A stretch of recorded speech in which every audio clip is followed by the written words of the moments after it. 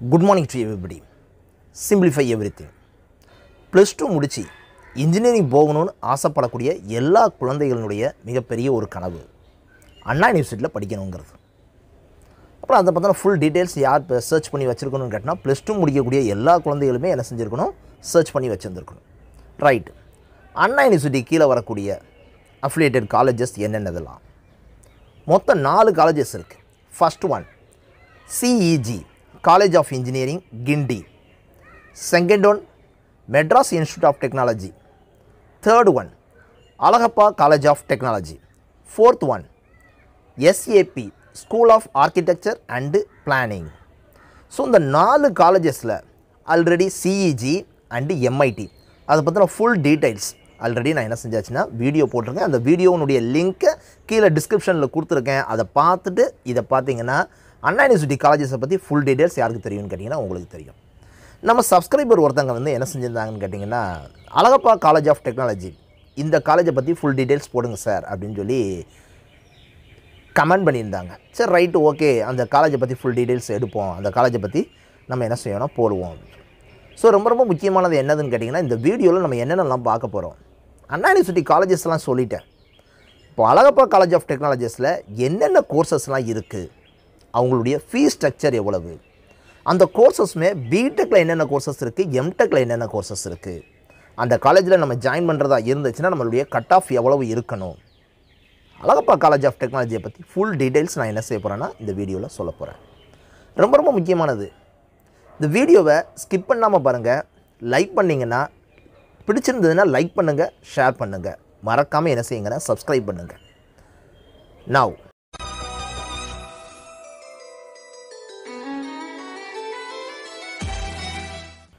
Now, Alagappa college of technologies ஆக்சுவலாக இந்த college வந்து ஸ்டார்ட் பண்ணது வந்து 1944. NIRF national institute of ranking frame. Anna university என்ன ரேங்கிங்கோ அதே தான். அதை பற்றி நம்ம டீட்டெயிலாக நிறைய தடவை டிஸ்கஸ் பண்ணியாச்சு. அந்த வீடியோ வந்து கீழே லிங்க்கில் கொடுத்துருக்கேன்னு சொல்லிட்டு நீங்கள் அதை பார்த்தீங்கன்னா உங்களுக்கு கிளியராக புரியும். ரைட், ஓகே, NIRF ரேங்கிங்கை பற்றி நம்ம பேசிக்கோம். ரைட், ஓகே, இந்த காலேஜில் இருக்கக்கூடிய கோர்சஸ் அதுதான் ஃபஸ்ட்டு. நிறைய குழந்தைகள் வந்து என்ன செஞ்சிட்ருக்காங்கன்னு கேட்டால் பிஇ அண்டு பிடெக் இந்த ரெண்டுக்கும் டிஃப்ரென்ஸ் வந்து கட்டாயம் என்ன செஞ்சுருக்கணும்னு கேட்டிங்கன்னா தெரிஞ்சுருந்துருக்கணும். சரி, இந்த காலேஜில் என்ன சார் ஸ்பெஷல்?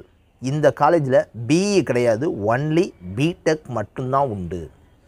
சரி, பேச்சுலர் ஆஃப் டெக்னாலஜி ஒரு கோர்ஸை பற்றி நம்ம சொல்கிற நேரம் என்னென்னு கேட்டிங்கன்னா, நம்ம ஆக்சுவலாக ப்ளஸ் 2 முடிக்கக்கூடிய பிள்ளைங்க எல்லாருமே மேக்ஸு, ஃபிசிக்ஸு, கெமிஸ்ட்ரி படிக்கிறாங்க. நமக்கு எந்த கோர்ஸ் வந்து இன்ட்ரெஸ்டட் அப்படிங்கிற ஒரு ஐடியாலஜி இருக்கும். இப்போ நான் ஒரு கோர்ஸ் சொல்கிறேன், நம்ம கோர்ஸ் சொல்கிற நேரம் நான் காமனாக எல்லா குழந்தைகளுக்கும் தெரியக்கூடிய கோர்சஸ் என்னது? EEE, ECE, civil engineering, mechanical, அதுக்கடுத்து என்னென்னா கம்ப்யூட்டர் சயின்ஸ், ஐடி, இந்த 6 கோர்சஸை தவிர்த்து நம்ம குழந்தைகளுக்கு எவ்வளோ கோர்சஸ் தெரியும் அப்படின்னு கேட்டிங்கன்னா ரொம்ப கம்மி. அப்புறம் என்னுடைய இன்ட்ரெஸ்டட் என்னன்னு சொல்லி எனக்கு தெரியணும். அந்த இன்ட்ரெஸ்டட் தெரிஞ்சிச்சுன்னா தான் college of Alagappa college of டெக்னாலஜிஸில் நான் என்னென்ன கோர்சஸ்லாம் சொல்கிறேனோ அந்த கோர்ஸை பற்றின ஒரு ஐடியாலஜி யாருக்கு இருக்கணும், அந்த குழந்தைகளுக்கு இருக்கணும். ஏன்னு கேட்டால் ஜஸ்ட் ஒரு நேம் மாதிரி தான் இருக்கும். அந்த கோர்ஸை பற்றின டீட்டெயில்ஸ் யார் கேதர் பண்ணணும்னு கேட்டிங்கன்னா நீங்கள் தான் கேதர் பண்ணணும். அந்த கோர்ஸுக்கு எவ்வளோ ஜாப் ஆப்பர்ச்சுனிட்டி இருக்குது அதையும் நீங்கள் தான் கேதர் பண்ணணும். இப்போ வந்து நான் சொல்கிறதுனா என்ன சொல்ல முடியும், அழகப்பா காலேஜ் ஆஃப் டெக்னாலஜியில் என்னென்ன கோர்சஸ் இருக்குதுன்னு தான் சொல்ல முடியும். அந்த கோர்ஸினுடைய வேல்யூ கிட்டத்தட்ட மோர் தென் ஒரு 10 கோர்சஸ் இருக்குது. அந்த கோர்ஸினுடைய வேல்யூ யாருக்கு தான் தெரியணும்னு கேட்டிங்கன்னா உங்களுக்கு தான் தெரியும். சார், ஐ ஆம் இன்ட்ரெஸ்டட் இன் பயோடெக்னாலஜி, ஐ ஆம் interested in leather technology. So அப்புறம் அந்த டெக்னாலஜி நான் கோர்ஸ் அந்த இதில் வந்து ரொம்ப இன்ட்ரெஸ்டடாக இருக்கேன்னா அந்த கோர்ஸை நான் சூஸ் பண்ணுறதுக்கு எனக்கு என்னது இருக்கணும், இன்ட்ரெஸ்ட் இருக்கணும். அப்புறம் தான் இந்த காலேஜில் இந்த கோர்ஸ் இருக்குது அப்படின்னு சொல்லி அண்ணா யூனிவர்சிட்டியில் நம்ம படிக்கணும் அப்படின்னு ஒரு ஆம்பிஷன் என்ன செய்யணும்னா ஃபார்ம் பண்ண முடியும். ஸோ இப்போ நான் வந்து 1 by 1 கோர்சஸ் வந்து என்ன செய்ய போகிறேன் நான் சொல்ல போகிறேன். அதை பற்றின ஐடியாலஜி யாருக்கு இருக்கணும், கட்டாயம் ப்ளஸ் 2 குழந்தைகளுக்கு இருக்கணும். அதை சர்ச் பண்ணி நீங்கள் தான் பார்க்கணும். சரி ரைட், ஓகே. அப்புறம் கோர்சஸ் என்னென்னதெல்லாம் ஃபஸ்ட்டு எடுத்தோன்னே யூஜி கோர்சஸ், அதாவது யூஜியில் என்னென்ன கோர்சஸ்லாம் இருக்குது அப்படின்னு டிபார்ட்மெண்ட் வைஸாக போட்டிருக்காங்க. ஓகேவா? First department of applied science and technology. இதில் ஒரே ஒரு கோர்ஸ் மட்டும்தான் இருக்குது, BTech petroleum engineering and technology. 60 seats அவைலபிளாக இருக்குது. இதில் ரொம்ப முக்கியமானது செல்ஃப் சப்போர்ட்டிங், அதாவது செல்ஃப் ஃபைனான்ஸில் படிக்கிற மாதிரி படிக்கிறதும் உண்டு, ரெகுலர் கல்லூரியிலும் உண்டு.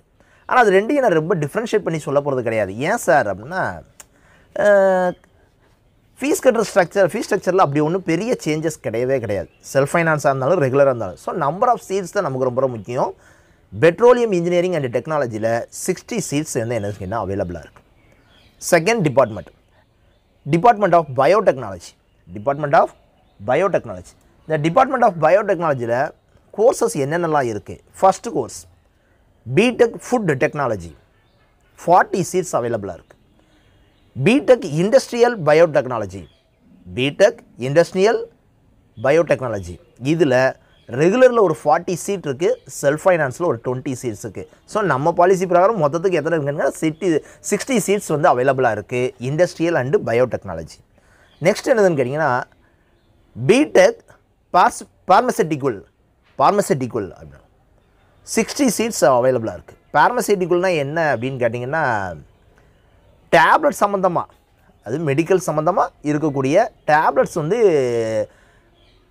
இன்வென்ஷன், அதை கண்டுபிடிக்கக்கூடிய மிஷின்ஸ் எப்படி செய்கிறது அப்படிங்கிறது தான் என்ன செய்யணும் பிடெக்கில் பார்மசெட்டிக்குள் என்று இருக்குது. ஓகேவா?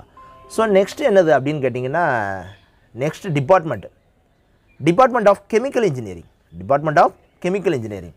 ஸோ ஒரே ஒரு கோர்ஸ் மட்டும்தான் இருக்குது. அந்த இது என்னதுன்னு கேட்டால் பிடெக் கெமிக்கல் இன்ஜினியரிங் மட்டும்தான். ஆனால் இதில் 60 சீட் வந்து செல்ஃப் ஃபைனான்ஸ்லையும் இருக்குது, 60 சீட்டு ரெகுலர்லேயும் இருக்குது. டோட்டலாக 120 சீட்ஸ் என்ன செய்யுதுன்னு கேட்டிங்கன்னா பிடெக் கெமிக்கல் இன்ஜினியரிங் இருக்குது. Next department of ceramic technology, இதுலேயும் ஒரே ஒரு கோர்ஸ் தான் அவைலபிளாக இருக்குது. பிடெக் செராமிக் டெக்னாலஜி மட்டும்தான் 60 சீட்ஸ் மட்டும்தான் இருக்குது. அதுவும் செல்ஃப் ஃபைனான்ஸில் மட்டும்தான் இருக்குது. ஸோ ஆக்சுவலாக அது டிபார்ட்மெண்ட் ஆஃப் செராமிக் அப்படிங்கிறது என்னன்னு சொல்லி யார் சர்ச் பண்ணி பார்க்கணும், நீங்கள் சர்ச் பண்ணி பார்க்கணும். நெக்ஸ்ட் ஒன் என்னதுன்னு கேட்டிங்கன்னா டிபார்ட்மெண்ட் ஆஃப் லெதர் டெக்னாலஜி, இதுலேயும் ஒரே ஒரு கோர்ஸ் மட்டும்தான் அவைலபிளாக இருக்குது. பிடெக் லெதர் டெக்னாலஜி, ரெகுலர் சீட்டு 60 சீட்ஸ் என்ன செய்யுதுன்னு கேட்டிங்கன்னா அவைலபிளாக இருக்குது. ஸோ நெக்ஸ்ட்டு நம்ம பார்க்க போகிறது என்னது அப்படின்னு கேட்டிங்கன்னா டிபார்ட்மெண்ட் ஆஃப் டெக்ஸ்டைல் டெக்னாலஜிலையும் ஒரே ஒரு கோர்ஸ் மட்டும்தான் அவைலபிளாக இருக்குது. BTech textile technology. பட் இதில் டோட்டலாக செல்ஃப் ஃபைனான்ஸில் ஒரு 30, ரெகுலரில் ஒரு 60, டோட்டலாக எத்தனை சீட்ஸ் அவைலபிளாக இருக்குது அப்படின்னு கேட்டிங்கன்னா 90 சீட்ஸ் அவைலபிளாக இருக்குது. ஆக்சுவலாக என்ன அர்த்தம் அப்படின்னு கேட்டிங்கன்னா ஒரு 6 டிபார்ட்மெண்ட் இருக்குது. Department of applied science and technology. So அதில் பெட்ரோலியமை பற்றி ஒரு கோர்ஸ் இருக்குது. பயோடெக்னாலஜியில் ஃபுட் வச்சு ஒரு இது இருக்குது, இண்டஸ்ட்ரியல் வச்சு ஒரு கோர்ஸ் இருக்குது. கெமிக்கல் இன்ஜினியரிங்கில் கெமிக்கலை மட்டும்தான் வச்சு ஒரு இது இருக்குது. செராமிக் டெக்னாலஜியில் செராமிக் மட்டும்தான் படிக்கிங்க. லெதரில் மட்டும்தான் படிங்க. ஸோ பயோடெக்னாலஜியில் மட்டும்தான் 2 டைப் ஆஃப் கோர்சஸ், சொல்லப்போனால் 3 டைப் ஆஃப் கோர்சஸ் என்ன செய்யுதுன்னு கேட்டிங்கன்னா பயோடெக்னாலஜியில் மட்டும்தான் இருக்குது. மற்ற எல்லா டிபார்ட்மெண்ட்டுமே அதுக்கு ரிலேட்டடாக ஒரே ஒரு கோர்ஸ் மட்டும்தான் அவைலபிளாக இருக்குது. சரி ரைட்டு சார், அப்படின்னா இது வந்து பிடெக்குரியது. நெக்ஸ்ட்டு என்னதுன்னு கேட்டிங்கன்னா எம்டெக்குரியது. ஆக்சுவலாக +2 படிக்கக்கூடிய பிள்ளைங்களுக்கு எம்டெக்கை பற்றி தேவையில்லைன்னு நினைப்பாங்க. பட் இப்போதைக்கு நீங்கள் என்ன செஞ்சுக்கோங்கன்னு கேட்டிங்கன்னா, ஏன்னா என்னென்ன கோர்சஸ் அவைலபிளாக இருக்குதுன்னு சொல்லிட்டு நான் வந்து சொல்ல மட்டும்தான் செய்கிறேன். ஸோ அப்படிங்கிற நேரம் அதை பற்றின டீட்டெயிலாக அப்டேட் பண்ண போகிறது யார் தான் கேட்டிங்கன்னா நீங்கள் தான் அப்டேட் பண்ண போகிறீங்க. ஸோ எம்டெக்கு அழகப்பா காலேஜ் ஆஃப் டெக்னாலஜியில் என்னென்னலாம் இருக்குங்கிறத ஜஸ்ட்டு தெரிஞ்சு வச்சுக்கோங்க. ஓகேவா? ஃபஸ்ட் எடுத்தோன்னே same applied science and technology கோர்சஸில் safety and hazard management 25 seats only. Department of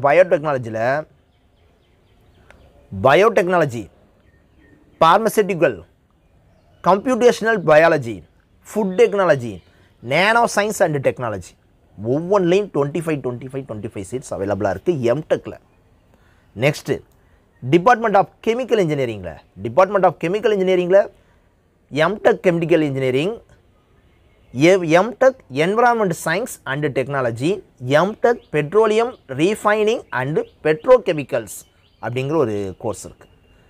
next செராமிக்கில் என்னென்னதெல்லாம் இருக்குது அப்படின்னு கேட்டிங்கன்னா எம்டெக் செராமிக் டெக்னாலஜி மட்டும் இருக்குது.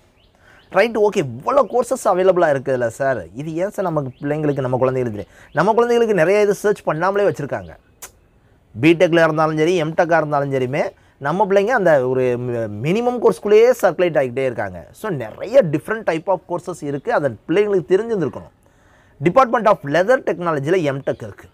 MTech leather technology and MTech footwear engineering and management. Last and final department of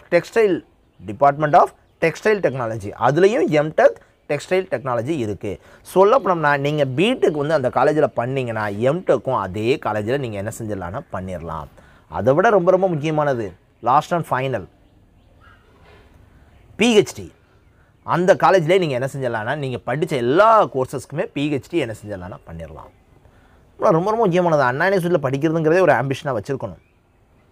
பிடெக்கும் அங்கேயே பண்ணணும், எம்டெக்கும் அங்கேயே பண்ணணும், பிஹெச்டியும் அங்கேயே பண்ணணும். கேம்பஸ் இன்டர்வியூவில் நீங்கள் செலக்ட் ஆகிறதுக்கு நீங்கள் யாருக்காகவும் நீங்கள் வெயிட் பண்ண தேவையில்லை. உங்களை எல்லா கம்பெனிஸும் என்ன செய்யணும்னு கேட்டிங்கன்னா வந்து கூப்பிடும். நிறையா லேக்ஸ் கணக்கில் சேலரி கொடுத்து ஆஃபர் அவங்க கூட என்ன செய்வாங்கன்னா கட்டாயம் உங்களுக்கு என்ன செய்வாங்கன்னா கொடுப்பாங்க. ரொம்ப ரொம்ப முக்கியமானது அண்ணா யூனிவர்சிட்டி. சரி சார், அப்படின்னா இந்த காலேஜில் நான் சேர்றதுக்கு எனக்கு எலிஜிபிலிட்டி என்னென்னு சார்? எலிஜிபிலிட்டி ஃபஸ்ட்டு எதுனா ரொம்ப சிம்பிள். இது வந்து ஒரு பெரிய இது கிடையாது, இது காமனானது தான். என்ன, +2 பாஸ் பண்ணி இருந்திருக்கணும். டிஎன்இஏ தமிழ்நாடு இன்ஜினியரிங் அட்மிஷன் அவங்க தான் என்ன செய்வாங்கன்னு கேட்டிங்கன்னா நீங்கள் +2ல் எடுக்கக்கூடிய மார்க்கை வச்சு உங்களை கவுன்சிலிங்க்கு என்ன செய்வாங்கன்னு கேட்டால் கூப்பிடுவாங்க. கவுன்சிலிங் கூப்பிட்ற நேரம் அதில் வெரிஃபை பண்ணக்கூடியது at least 50% mark in 12th classes. 50% mark எதுலலாம் இருக்கணும்? ஃபிசிக்ஸு, கெமிஸ்ட்ரி, மேக்ஸ் இந்த மூணுலேயும் 50% என்ன செஞ்சுருக்கணும் எடுத்துருந்துருக்கணும். ரிசர்வ் கேட்டகரியாக இருந்துச்சுன்னா ஒரு 40% என்ன செஞ்சிடலாம் எடுத்துருந்துருக்கலாம். ஸோ இதுதான் எலிஜிபிலிட்டி. +2ல் நான் மேக்ஸ், ஃபிசிக்ஸ், கெமிஸ்ட்ரி எடுத்துருந்துருக்கணும், பாஸ் பண்ணியிருந்துருக்கணும், 50% மார்க்கு இந்த 3 சப்ஜெக்ட்லையும் நான் என்ன செஞ்சுருக்கணும் வாங்கியிருந்துருக்கணும். Right, okay. நெக்ஸ்ட் என்ன? Fees structure. நிறையா பிள்ளைங்களுக்கு பெரிய டவுட்டே, சார் அண்ணா யூனிவர்சிட்டியில் படிக்கணும்னா ஃபீஸ் ரொம்ப இருக்குமா சார்? அண்ணா யூனிவர்சிட்டியில் ஃபீஸ் ரொம்ப இருக்கவே இருக்காது. அங்கே வந்து எப்படின்னு கேட்டால் பியூர் மெரிட் தான். நீங்கள் நல்ல மார்க் எடுத்திருந்தீங்கன்னா அந்த காலேஜில் சேரலாம். நல்ல மார்க் எடுத்திருந்தால் அந்த காலேஜ் ஷுவராக என்ன செஞ்சிடலாம்னா சேர்ந்துடலாம். சரி, ரைட்டு. அங்கே ஃபீஸ் ஸ்ட்ரக்சர் எப்படி சார் இருக்குது? ஆக்சுவலாக இதை வந்து நான் டீட்டெயில்டாக சொல்லலாம் அப்படின்னு நினைக்கிறேன் நான். ஏன்னா நிறைய பிள்ளைங்களுக்கு அது வந்து ரொம்ப அக்யூரேட்டாக தெரியணும்னு ஆசைப்படுவாங்க. ஸோ அதனால் என்னதுன்னா fees structure regular student and self சப்போர்ட்டிங்கில் படிக்கக்கூடிய ஸ்டூடெண்ட்ஸ் இவங்க ரெண்டுக்குமான ஃபீஸையும் கேட்டகரி வைஸாக சார் சொல்லுவேன். ஃபஸ்ட்டு ஜென்ரல் கேட்டகரியிலேயே, இந்த ஜென்ரல் கேட்டகரியிலேயே தமிழ்நாடு, அதர் ஸ்டேட்டு, என்ஆர்ஐ அதாவது ஃபாரின்லேருந்து வந்து படிக்கிறவங்க. அப்புறம் என்ன, தமிழ்நாட்டில் இருக்கிறவங்களுக்கு எவ்வளவு, அதர் ஸ்டேட்லேருந்து வர்றவங்களுக்கு எவ்வளவு, என்ஆர்ஐக்கு எவ்வளவு, எல்லாருக்குமே எவ்வளவு தான் அப்படின்னு கேட்டிங்கன்னா ஜஸ்ட் டிஃப்ரெண்ட் எவ்வளவுனா 32,000, 27,500 அண்டு 24,300. என்ன சார் அவங்களுக்கு தான் கம்மியாக இருக்கா? என்ன ஒரு ரூலுன்னு தெரிலப்பா சாருக்கு. தமிழ்நாட்டில் இருக்கக்கூடிய ஸ்டூடெண்ட்ஸ்க்கு 32,000. இது ரெகுலரில் படித்தா 32,000, செல்ஃப் ஸ்டடியில் படிச்சிங்கன்னா நீங்கள் எவ்வளோன்னு கேட்டால் 5,000. ஓகேவா? ஃபஸ்ட்டு கிராஜுவேட் ஸ்டூடெண்ட்ஸ்னால் அவங்க வீட்டில் அவங்க அப்பா அம்மா படிச்சிருக்க மாட்டாங்க, அவங்க தாத்தா படிச்சிருக்க மாட்டாங்க, எங்கள் வீட்டில் நான் தான் ஃபஸ்ட்டு டிகிரி அப்படின்னு இருந்துச்சுன்னா ஃபஸ்ட்டு கிராஜுவேட் ஸ்டூடெண்ட்டுக்குனே ஒரு ஃபீஸ் வந்து என்ன செய்கிறாங்கன்னா அவைலபிளாக இருக்குது. எவ்வளவு அப்படின்னு கேட்டிங்கன்னா ஜஸ்ட் 26,000 பெர் இயர். எவ்வளவு தான் கேட்டிங்கன்னா 26,000 தான். SC ST category 26,000. Different able ஸ்டூடெண்ட்ஸுங்கிறது எவ்வளவுன்னு கேட்டிங்கன்னா ஜஸ்ட் 11,900 ஒன்லி. இதுலேயும் ரொம்ப ரொம்ப முக்கியமானது என்னென்னு கேட்டிங்கன்னா இந்த ஃபீஸ் ஸ்ட்ரக்சரில் இந்த ஃபீஸ் வந்து என்ன இதில் வந்து கலெக்ட் பண்ணுறாங்க சார்? ஒன் டைம் ஃபீஸுன்னு சொல்லி முதல்ல ஒன்று கலெக்ட் பண்ணுறாங்க. இது வந்து நீங்கள் அட்மிஷன் போடுற நேரமே உள்ளது ஃபீஸு. இதை வந்து நான் சார் வந்து அடுத்த இந்த ஃபீஸ் ஸ்ட்ரக்சரில் அது ஃபுல்லாக டீட்டெயிலாக சொல்லுவேன். நெக்ஸ்ட் என்னன்னு கேட்டால் காஷன் டெபாசிட். இது வந்து என்னன்னு கேட்டால் ரீஃபண்டபிள். சில ஸ்டூடெண்ட்ஸ் என்ன செய்வாங்கன்னா அட்மிஷன் போடுவாங்க, அட்மிஷன் போட்டதுக்கப்புறம் என்ன செய்வோன்னு கேட்டேன்னா சரி நம்ம வேறு காலேஜ் சேருவோம் அப்படின்னு முடிவு பண்ணிடுவாங்க. ஸோ அதை பே பண்ண அமௌண்ட்டை ரீஃபண்டபிள் பண்ணுவாங்களா சார்? காஷின் டெபாசிட்டை மட்டும் என்ன செய்யணும்னா ரீஃபண்டபிளாக இருக்கும். அது எவ்வளவு அப்படின்னு கேட்டிங்கன்னா ஜஸ்ட்டு ஒரு 7,000 தான். ஓகேவா? நெக்ஸ்ட்டு வந்து என்னென்னு கேட்டால் செமஸ்டர் ஃபீஸ். இது நீங்கள் எவ்ரி செமஸ்டர் நீங்கள் கட்ட வேண்டிய ஃபீஸ். அப்படின்னா என்ன அர்த்தம்னு கேட்டிங்கன்னா ஃபஸ்ட் டைம் கட்டுறது தான் அந்த 26,000. அதுக்கப்புறம் நீங்கள் செமஸ்டர் ஃபீஸ் மட்டும்தான் கட்டுவீங்க. சரி ரைட்டு. அப்புறம் அது எவ்வளவு சார்? இந்த 3 இதையும் அவங்க வந்து இந்த ஒன் டைம் டெபாசிட்னு சொல்லி கட்டுறீங்கல்ல, ஃபஸ்ட் டைம் கட்டுறீங்களா, அது 9,800. காசிங் டெபாசிட் எவ்வளோன்னு கேட்டால் 7,000. செமஸ்டர் ஃபீஸ் எவ்வளோன்னு கேட்டால் 9,200. அப்போ உங்களுக்கே ஒரு விஷயம் தெரியும், ஒவ்வொரு செமஸ்டருக்கும் நம்ம எவ்வளோ கட்ட போகிறோம்னா 9,200 மட்டும்தான் கட்ட போகிறோம். காசிங் டெபாசிட்னு சொல்லி ஒரு 7,000 பே பண்ண போகிறோம். ஓ ஒன் டைம் அட்மிஷன் போகிற நேரம் 9,800 பே பண்ணேன். மொத்தத்துக்கு எவ்வளோ வருதுன்னா 26,000. இது வந்து எப்படின்னு கேட்டால் ஜென்ரல் கேட்டகரி அண்டு இந்த ஜென்ரல் கேட்டகரிக்கு செமஸ்டர் ஃபீஸ் மட்டும் ஜாஸ்தியாக இருக்கும். ஓகேவா? மற்றபடி பெரிய லெவலில் சேஞ்சஸ்லாம் ஒன்றும் கிடையவே கிடையாது. அதுக்கப்புறம் லாஸ்ட் அண்ட் ஃபைனல் ரொம்ப ரொம்ப ரொம்ப முக்கியமானது என்னது அப்படின்னு கேட்டிங்கன்னா கட் ஆஃப்.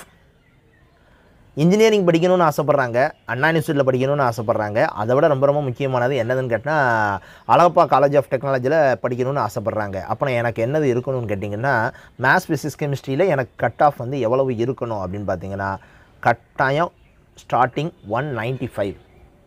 ஏன்னா அந்த காலேஜஸில் டோட்டலாக கிட்டத்தட்ட ஒரு 15 கோர்சஸ் இருக்குது. ஒவ்வொரு சீட்ஸுக்கும் ஒவ்வொரு கோர்ஸுக்கும் ஒரு 60 சீட்ஸ் அவைலபிளாக இருக்குது. அக்யூரேட்டாக மெஷர் பண்ணலை, ஒரு 700 சீட்ஸ் வரைக்கும் அவைலபிளாக இருக்குது. அப்புறம் அந்த சீட்ஸுக்கு எல்லாத்துக்குமே நான் என்ன செய்யணும் அப்படின்னு கேட்டிங்கன்னா ஒரு 195 கட் ஆஃப் எதுனா செய்யணும்னு கேட்டிங்கன்னா ஸ்டார்ட் ஆகும்.